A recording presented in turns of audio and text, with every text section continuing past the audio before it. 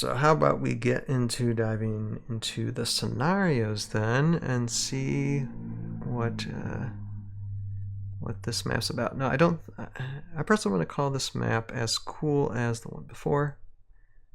Although I haven't seen it built, I haven't seen it put together. But I need to stop going. I'm sure I get dizzy me moving that. I do this as a nervous tick. I move the thing up and down often. I'm sure it drives everybody nuts. But map 1, Vacant Post of Ostrivik. Required sets: Age of Annihilation Master Set 1, Lands of Valhalla 1. So you need the Master Set, you need the Lands of Valhalla pack, which is basically you need a lot of terrain. And it says Jandar's army maintained many outposts across the regions near his territories, intended to monitor enemy movements and alert Nastralund of any inbound invasions. These stations provided Jandar with an unparalleled vigilance. However, the sudden retreat orders now leave many resources, weaponry, and strategic points unguarded.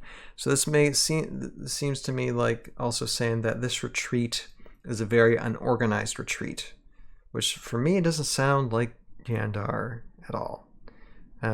So yeah, his brain might be getting addled as well. And seems like a fairly big map here.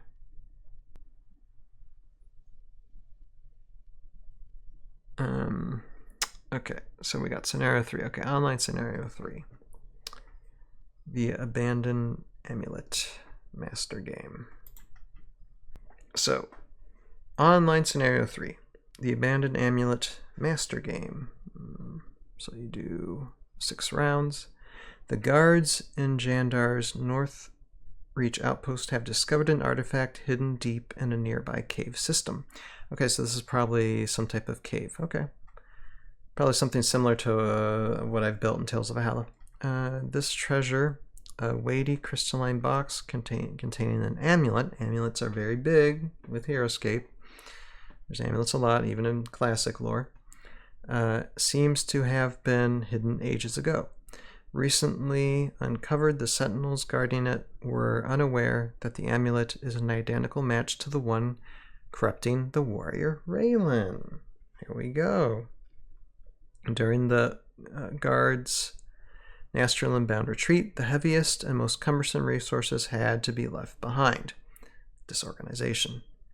Oh, Dragon420. Okay, that's who you are. Sent you a map on Discord in color. Has a little more than yours. Oh, okay, cool. Well, yeah, I'd like to look at that. Here, I'll look at that after I'm done reading this. Okay, had to be looking at, including seemingly useless amulet and its box. Various armies now take advantage of the Jandarian absence, pilfering whatever resources they can find. Rival generals, pirates, and splittered war bands clash with one another in a freebooting frenzy. However, one party intrudes with a single purpose. A company of Ukar's forces, led by Leviatak, here we go, Leviatak, have cut a direct path past the other outposts to reach this one. As her cohort arrives at Northreach, they soon realize they are not the only faction with eyes on the encased amulet. So this is an amulet that is an identical match to the one corrupting warrior Raylan. I don't know why that's important, but maybe there's like some symbiotic relationship there. Let's see, the goal: open the puzzle box or destroy your enemies. Set up place walls and glyphs as shown on the map. Both players decide who will be player 1 and player 2 and build 300-point armies, so relatively small armies. Player 1 starts in red starting zone, player 2 starts in blue starting zone. Victory: if the other players have no figures left in the battlefield, you win.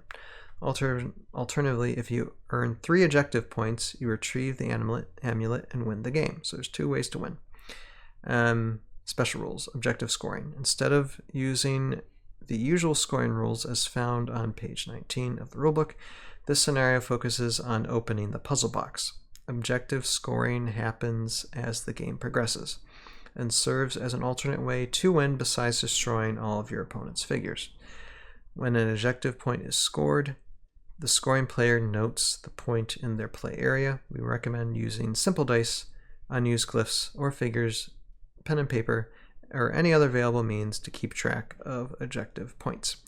If a player reaches 3 objective points, the game immediately ends and that player is the winner. The crystalline puzzle box. The glyph of Brandor is a puzzle box. Of course, Brandor is used for everything.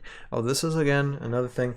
We could turn a crystal puzzle box into a 3D type of puzzle box, 3D printed puzzle box to glue on top of the glyph, and voila!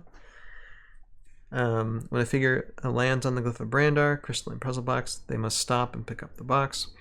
When a figure that has picked up the box moves, and I don't know who did it, but like, and I'm sorry if I forget who it was, but someone did take my thoughts and advice on doing a 3D printed glyph. To where it was like a 3D print of the object on glued onto the glyph. That's so cool. So you may take the glyph of Brandar and place it under that figure. When it finishes its movement, if the figure occupies 2 spaces, you may choose which space to put under. Weighed down by the crystalline container, figures that have picked up the box cannot fly and cannot move more than 4 spaces per turn. At the end of each round, the player controlling a figure that occupies the same space as the glyph of Brandar scores 1 objective point as their warriors getting closer to unlocking it. So you just got to hold on to it. Red plus blue, that was you. Okay, yes, okay, that's right. Should I commission the whole set? I don't know. Well, we'll have scenarios ongoing indefinitely now. So I don't know. I'll probably keep on having these like, ooh, this would be cool to see this, So now that seems like a fun scenario. So either you try and wipe out your enemy, or it's just basically dual objectives, and whatever one you reach first, you win. So you want to keep on fighting, but you also want to try and obtain the puzzle box as well. So yeah, that seems like a fun scenario to play. It definitely mixes things around, makes you think about what type of army you're going to build. 300-part army, that doesn't contain much. That's a very small army, so you got to really think about what type of army you're going to use. So yeah, I think it's good. The amount of lore in this is also interesting, and you got to wonder how the story actually plays out, like canon lore, not just how you play it out. Did Leviatak get that glyph, or did someone else get the glyph? The amulet. Did Leviatak get the amulet, or did someone else get the amulet? That's one similar that controls Raylan. It's very interesting. So that's just another like plot thread that the storytellers within Renegades weaving. So yeah, that's very, very interesting.